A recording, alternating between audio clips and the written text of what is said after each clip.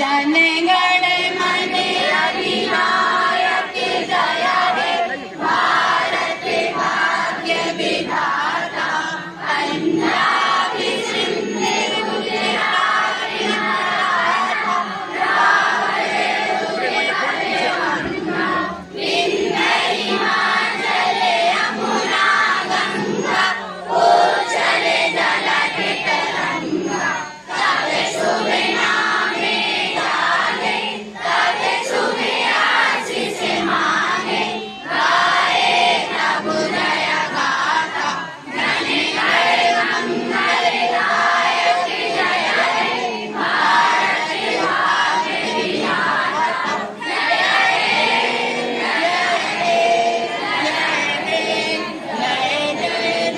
जय हे भारत माता की भारत माता की भारत माता की। हाँ, अब सभी अतिथियों से निवेदन है कृपया बैठ जाएं। हाँ, कृपया सभी लोग बैठ जाएं क्योंकि महाराज जी अब सरस्वती जी की पूजा करेंगे और दीप प्रज्वलित करेंगे, तभी कार्यक्रम आगे बढ़ेगा। महाराज जी का दर्शन आपको आराम से होगा यदि आप बैठ जाएंगे।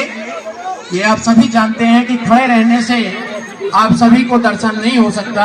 आप सभी जो कुर्सियां पड़ी हैं कृपया उसमें विराजित हो जाएं, बैठ जाएं और महाराज जी मंच पर बैठेंगे। आप सभी वहां से महाराज जी का दर्शन करेंगे, बहुत अच्छा रहेगा।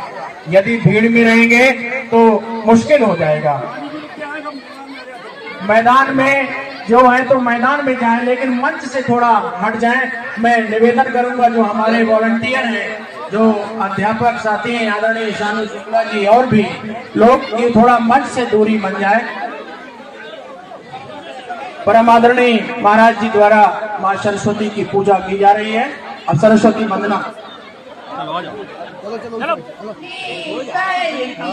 देवी मां बाणी में मधुरता दो, हम गीत सुनाते हैं संगीत की शिक्षा करे गंगा ज्ञान महाराज जी मंच पर हैं, का ठिकाना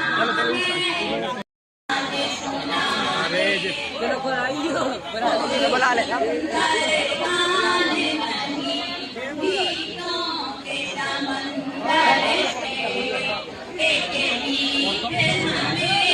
मंच से दूरी बनाते हैं। विद्यार्थी छोटे छोटे आदरणीय महाराज जी का दर्शन करना चाहते हैं। आप लोगों ने बीच में भीड़ लगा रखी है जिससे बाधा पहुंच रही है उनको।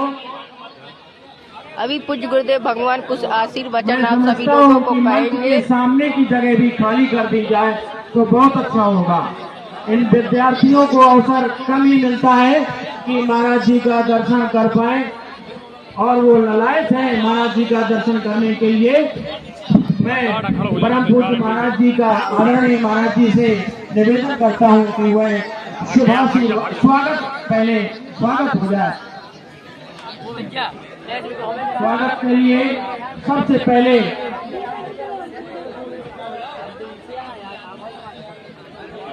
हाँ सर थोड़ा बोलेंगे आदरणीय महाराज जी के विषय में। आदरणीय महाराज जी का गंज परिवार पूरा स्वागत करता है। और मुझे ध्यान है कि जब मैं शिक्षक था तो आदरणीय आचार्य जी पढ़ने आया करते थे। पढ़ने में उनकी बहुत लगन रहती थी, सबसे आगे वो पढ़ाई में रहते थे और हमेशा गुरुजनों का वो आदर करते थे और कुछ ना कुछ अपना करते रहते थे। आज वो इस ऊंचाइयों पे हैं कि मेरा हृदय प्रसन्नता से भर जाता है, गदगद हो जाता है। जो भी देखता है कहता है कि आपके महाराज जी आज बहुत ऊंचाइयों पे हैं। देश विदेश में नाम उनका रोशन है, पूरे भारतवर्ष का नाम वो विदेशों में रोशन कर रहे हैं और हमारे गंज राष्ट्रीय का नाम भी पूरा विदेशों में रोशन हो रहा है। मैं इन्हीं शब्दों के साथ आचार्य जी का बहुत नमन करते हुए और शुभकामनाएं देने के आज वो हमारे बीच में जरा सी आग्रह पर वो आ रहे हैं 15 अगस्त का ध्वज फहराने के लिए। मैं इन्हीं शब्दों से उनका बहुत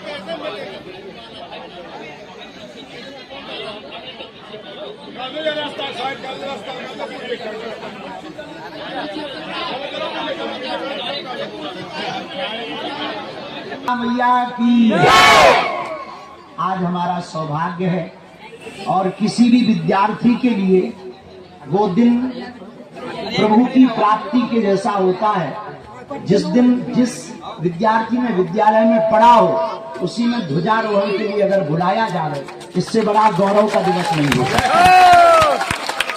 हमारे जीवन का ये सबसे अद्भुत क्षण है। हमने अपनी जिंदगी में बहुत से क्षणों को देखा है, समझा है, और हमारे भैया हैं, भाई बहन सब जन हमें तो ही पढ़त रहे, यही क्लास में आगे बढ़ो कोल्टैया खात रहे, नीचे मगुआ को पेड़ो लगो उनके नीचे बैठ के उपद्रव करत रहे। और आज हमारा हृदय इतना गदगद है, वही क्लास है, वही विद्या का मंदिर। हमें एक बात अभी हमसे पत्रकार पूछ रहे थे कि आप क्या कहना चाहेंगे। हम यही कहना चाहेंगे कि विद्यार्थी पढ़ कहाँ रहा, कितनी छोटी जगह, ये महत्वपूर्ण नहीं है। महत्वपूर्ण ये है कि वो सोच कितनी बड़ी रखता है। और हमारे इस विद्यालय गंज के इस विद्या मंदिर में हमने 9वीं से 12वीं तक पढ़ाई की। हमारे खान सर जिन्होंने हमें, हमारे 2-3 सेठ मैडम भी हमको मिल गई, उन्होंने भी पढ़ाया। आप खान सर हैं, आपने हमारी बहुत मदद की, बहुत लाड़ प्यार देते थे, आशीर्वाद देते थे। आज हम आपको मिलकर वो विद्यालय की सभी कक्षाओं को देखकर जहां हम आते थे, हम भी तुम्हारी तरह लाइन में लग के बूंदी जल्दी लेना, आगे आकर के टबक के बूंदी खाना, फिर तन से शिशु मंदिर में घुस गए उते बूंदी खावो। ये सभी यादें हमारी आज भी ज्यों की त्यों हैं। और आज हम बहुत प्रसन्न हैं, जितने भी विद्यार्थी हमारे गंज के भी लोग परिवारजन खड़े, पाठक जी हैं, पूरा परिवार है, सेठ जी हैं, पाड़े जी हैं, बीआरसी साहब भी हैं। और मंच पर एक और अद्भुत बात है, अभी कुछ देर पूर्व में एसडीएम महोदय भी यहाँ से, वो छतरपुर के लिए उन्हें जाना था, वो गए हैं। पर तहसीलदार महोदय, 2 तहसीलदार, धीरज गौतम जी और हमारे यहाँ के भी तहसीलदार, दोनों तहसीलदार मंच पर हैं। हम सबको और सभी पढ़ने वाली बहनों और भैयों को, आप सबको खूब खूब प्रणाम कर रहे हैं। बड़ा अच्छा लग रहा, बोलना बहुत कुछ है, पर कई बार जब बहुत उत्साहित होते हो तो फिर शब्द कम बोलते हैं, आंखें ज्यादा बोलती हैं। और जितने भी विद्यार्थी पढ़ रहे हैं देश विदेश में वीडियो को देखेंगे, हम आपको 2 बातें कहना चाहेंगे। आप लोग तैयार हो? जल्दी तो नहीं है?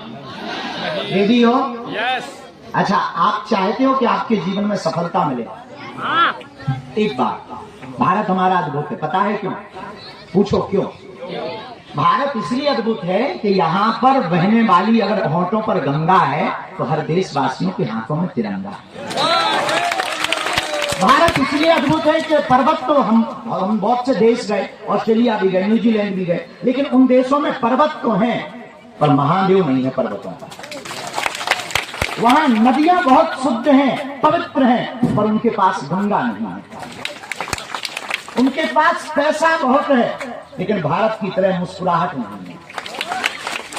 और हमारा देश कितना प्यारा है और कितना रंगों से भरा हुआ देश है कि 15 अगस्त या 26 जनवरी का दिवस आता है तो सबकी जबां पर वही होता है, जरा याद करो उन्हों को, किनको याद करते जिन्होंने कुर्बानी दी, बलिदान दी, शहीदों के लिए हम याद करते हैं। हम सब आज के दिन 15 अगस्त के दिन, हम सब स्वतंत्रता दिवस के दिन, हम सब गौरव होकर के अपने देश के उन वीर सपूतों को याद करते हैं, उन शहीदों को याद करते हैं जिन्होंने इस देश को आजाद कराने के लिए अपने प्राणों तक को निछावर कर दिया और फांसी के फंदों को चूम दिया। हमारा भारत बड़ा अद्भुत है और इसलिए अद्भुत है कि यहाँ सत्यम शिवम सुंदरम की गूंज के साथ वंदे मातरम भी बोला जाता है।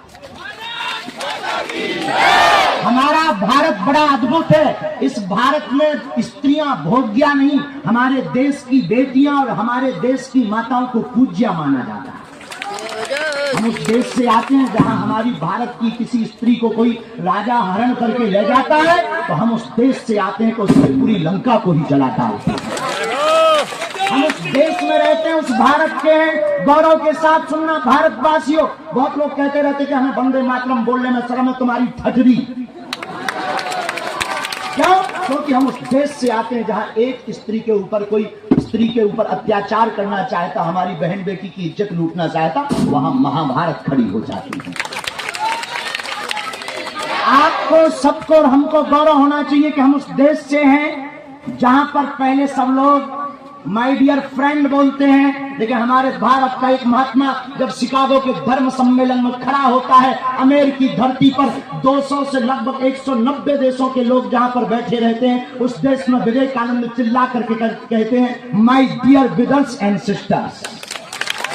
जहां भाई और बहन के साथ संबोधन प्रारंभ करते हैं, पूरी दुनिया चौंक गई थी जब विवेकानंद के उद्बोधन प्रारंभ होते हैं। विवेकानंद कहते हैं मेरे भाई और मेरे बहनों, क्योंकि पूरी दुनिया ने सभी देशों को व्यापार की दृष्टि से देखा, हम उस भारत से हैं जहां परिवार की दृष्टि से देखते हैं।